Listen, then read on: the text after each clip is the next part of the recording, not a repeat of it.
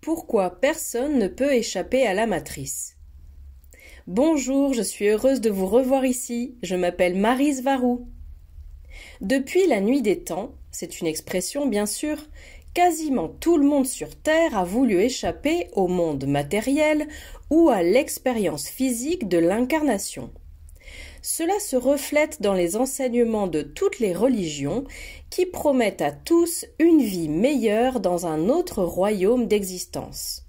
Ou bien, dans le cas de quelques autres religions, comme dans le bouddhisme, on enseigne au sujet comment faire tout son possible pour ne pas se réincarner et être capable d'accepter la désillusion de l'ego comme un objectif à atteindre, en essayant essentiellement d'échapper au cycle de la réincarnation qu'ils appellent samsara.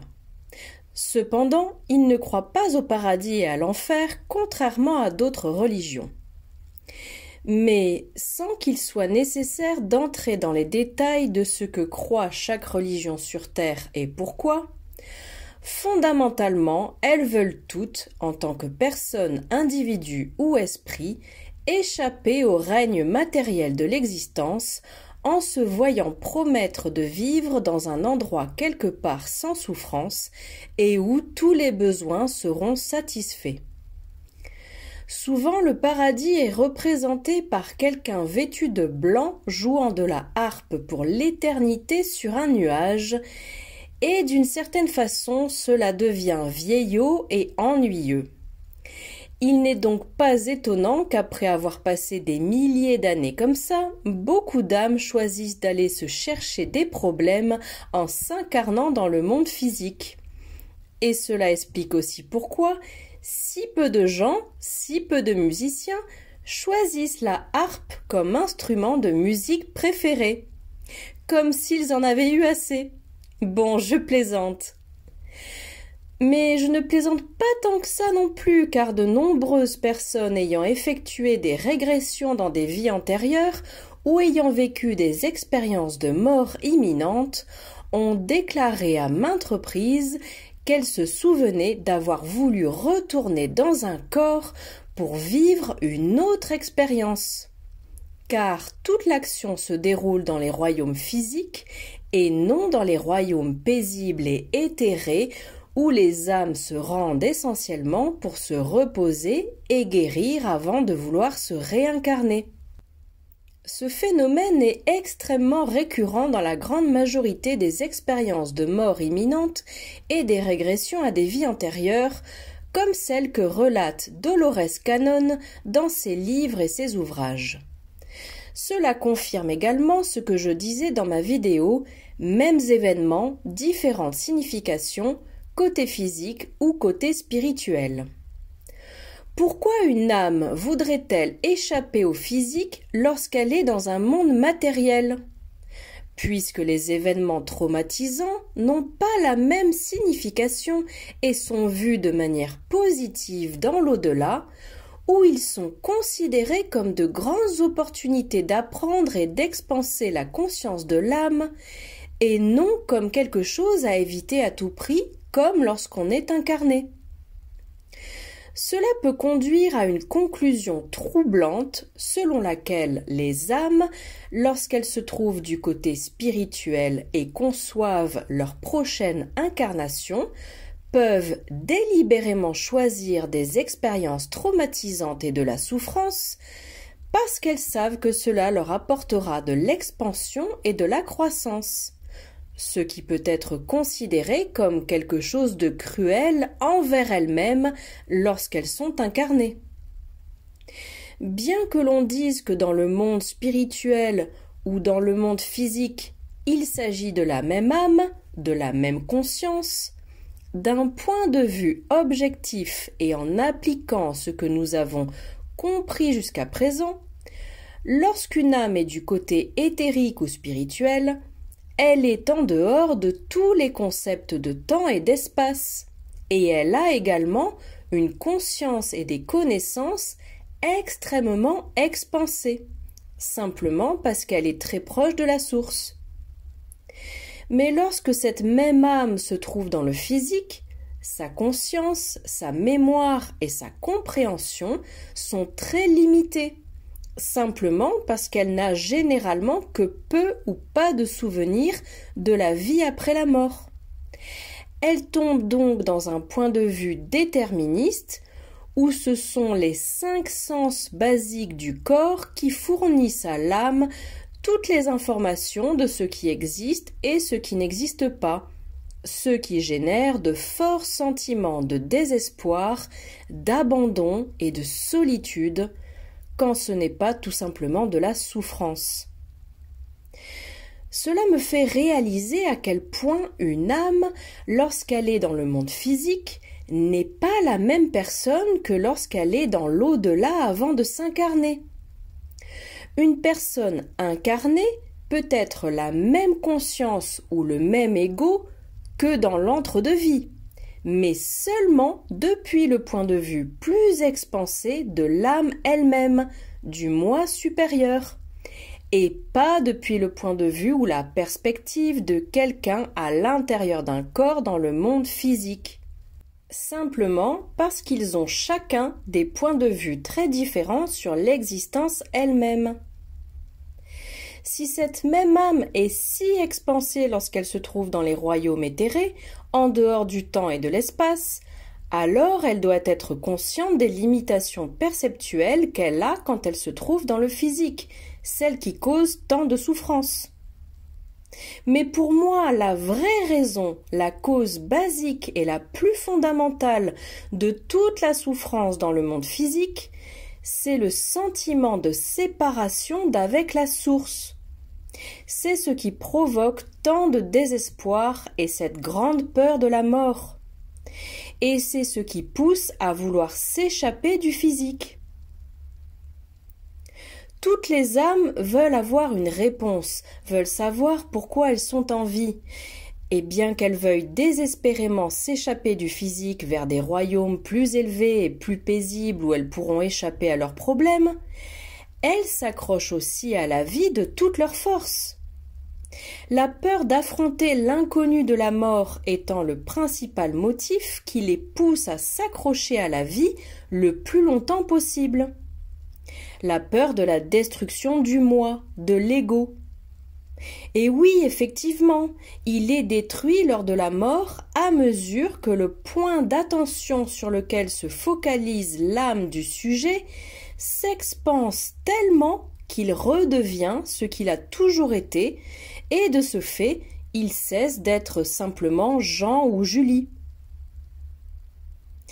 Mais cette destruction du moi, de l'ego, n'est pas nécessairement une mauvaise chose, ou ça ne l'est que depuis un point de vue matérialiste, car c'est aussi une grande libération de tout ce que nous avons été de notre vivant, en particulier parce que nous emportons le bon avec nous et que le mauvais se transforme en encore plus de bon à mesure que nous retournons dans les royaumes éthérés de l'existence. La raison pour laquelle personne ne peut échapper à la matrice est que chaque personne est par définition et par droit la matrice elle-même dans laquelle elle vit. Toute chose à laquelle une personne veut échapper, la souffrance et en particulier la douleur psychologique, fait partie de ce que nous sommes. Et nous l'emportons peu importe où nous allons, c'est-à-dire partout, que ce soit du côté matériel ou du côté éthéré. Car ces mondes ne sont que des reflets directs de ce qu'est chaque âme et non une conséquence du fait de se trouver dans un quelconque endroit d'une manière déterministe. Ces mondes sont seulement le reflet de ce qui nous définit. La seule douleur à laquelle nous échappons vraiment lorsque nous transcendons est la douleur physique, celle qui est produite par les parties endommagées de notre corps, à l'exception du traumatisme psychologique qu'elles peuvent produire. Cependant, nous devons nous rappeler que du côté éthéré, même ces traumatismes ont une valeur et une signification différentes. Nous ne pouvons pas échapper à la matrice parce qu'elle est le reflet de ce que nous sommes et non un lieu dans lequel nous sommes enfermés.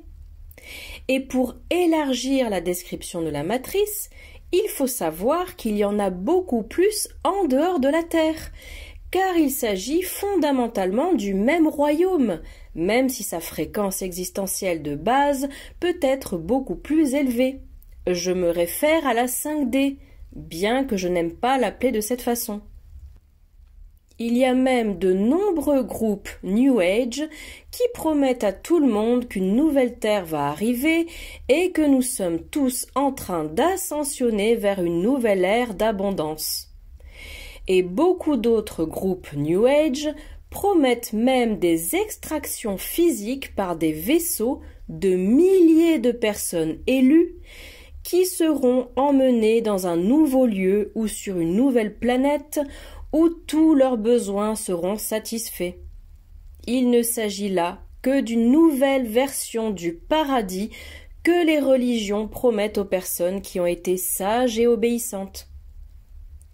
Oui, des extractions ont lieu, elles sont réelles, mais les starseeds extraits par leur famille extraterrestre ne sont pas emmenés vers des terres promises remplies d'abondance. Ils sont seulement emmenés depuis un niveau de la matrice à un autre niveau de la même chose, où les problèmes existent toujours, ainsi que les épreuves et les souffrances, qui ne diffèrent que dans leur forme, leur manière et leur cause. Les personnes qui se sont suicidées découvrent juste avec horreur que toute la douleur psychologique qui les a poussées à le faire les a suivies dans l'au-delà. Et de ce fait, elles se rendent compte qu'elles ne peuvent rien faire pour résoudre ces problèmes qui les ont poussées au suicide, parce qu'ils ne peuvent être résolus que de leur vivant, ce qui les amène à vouloir se réincarner une fois de plus dans les mêmes circonstances qui les ont poussées à se suicider la première fois. Comme je l'ai expliqué à maintes reprises dans mes vidéos précédentes, il n'y a pas de royaume éthéré et de royaume physique. Tout est éthéré, et le côté physique n'existe que dans la perception d'une personne vivante dans un corps, et non depuis le point de vue plus expansé de cette même âme. Les mondes spirituels et les mondes matériels n'existent que tant que l'on est dans la dualité. Tandis que lorsque l'on adopte un point de vue éthéré expansé, tout ce qui existe fait partie du monde de l'esprit. L'idée de vouloir échapper à la matrice vient de ce point de vue dualiste, de vouloir être là-bas et non ici. L'herbe est toujours plus verte ailleurs, comme dit le proverbe. Il n'y a absolument rien à quoi échapper, et encore moins à la matrice. Ce n'est qu'une illusion du monde physique. Tout ce que nous pouvons faire, c'est réaliser que, où que nous soyons, ce monde est ce que nous sommes. Tout le monde extérieur n'est que le reflet de qui nous sommes, de sorte que le seul moyen d'échapper à la matrice est de s'échapper de soi-même. Et le seul véritable moyen d'échapper à ce que nous sommes est de nous efforcer à être toujours la meilleure version de nous-mêmes. Nous devons travailler sur nous-mêmes, apprendre et expanser qui nous sommes, en nourrissant notre perception et notre conscience, et en prenant en compte que tous les autres sont aussi nous. Nous devons laisser derrière nous tous les sentiments de rancœur et de narcissisme pour nous transformer en la meilleure version que nous puissions être, avec l'amour et l'intégrité comme concepts les plus fondamentaux à suivre. Et notre monde changera en mieux pour nous et pour ceux qui nous sont proches.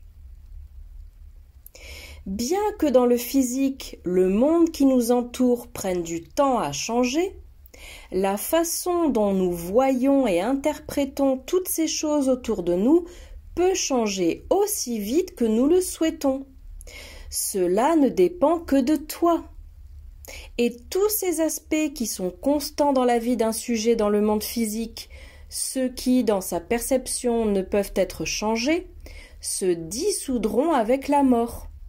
Lorsque, depuis les royaumes éthérés supérieurs, cette même âme reflètera qui elle est vraiment. Et par conséquent, ce que cette âme manifestera pour elle-même sera et pourra seulement être un reflet direct de ce qu'elle est. Personne ne peut échapper à la matrice, étant donné qu'elle est bien plus que ce que l'on appelle le royaume 3D de la Terre. Il y a encore de la matrice en dehors de ce royaume, et cela inclut également les royaumes supérieurs, parce que chaque personne, chaque âme, forme sa propre matrice en tant que reflet direct de qui elle est. Tout ce que nous pouvons vraiment faire en tant qu'âme, c'est nous améliorer nous-mêmes pour être en mesure d'expanser notre conscience et nos connaissances autant que possible pendant que nous sommes incarnés et dans le monde des esprits également. Nous n'avons pas besoin d'attendre d'être dans le monde des esprits ou de nous incarner pour nous expanser. Nous pouvons le faire où que nous soyons, car il ne s'agit pas de lieu, mais seulement d'état de conscience. Et lorsque nous sommes dans le monde physique, nous devons également saisir les opportunités qui nous sont présentées dans le cadre des lois de ce royaume pour être en mesure d'évoluer vers de meilleures circonstances à mesure que nous continuons de vivre et à mesure que chaque opportunité se présente à nous. Personne ne peut échapper à la matrice, mais d'un autre côté, personne n'a besoin d'y échapper non plus. Tout ce que nous devons faire, c'est nous améliorer. Et il y a toujours un moyen d'y parvenir, peu importe le niveau de difficulté de nos circonstances. Plus ce niveau est difficile, plus grand est le contraste, mais aussi plus grande est la satisfaction lorsque nous atteignons l'objectif. Ta mission dans la vie et dans l'existence elle-même est de t'améliorer, de t'expanser, d'en savoir plus et d'apprendre à t'apprécier et à t'aimer toi-même. Prenez soin de vous là-bas sur Terre, mes amis. Nous nous verrons la prochaine fois. Avec tout mon amour. Maryse Varou.